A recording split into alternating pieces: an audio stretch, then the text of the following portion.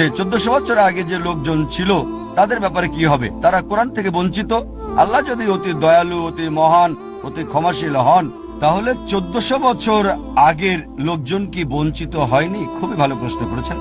আপনার প্রশ্নের উত্তরে বলছি, আমার ছেলে আমাকে বলল, আব্বা, বাবা, তুমি চাও আমি ডাক্তার হই, তাহলে কেন নার্সারিতে প্রথম শ্রেণীতে, দ্বিতীয় শ্রেণী, তারপরে স্কুল কলেজে ভর্তি করালে? আমাকে বলো তো, সরাসরি মেডিকেল কলেজে ভর্তি করালে না কেন?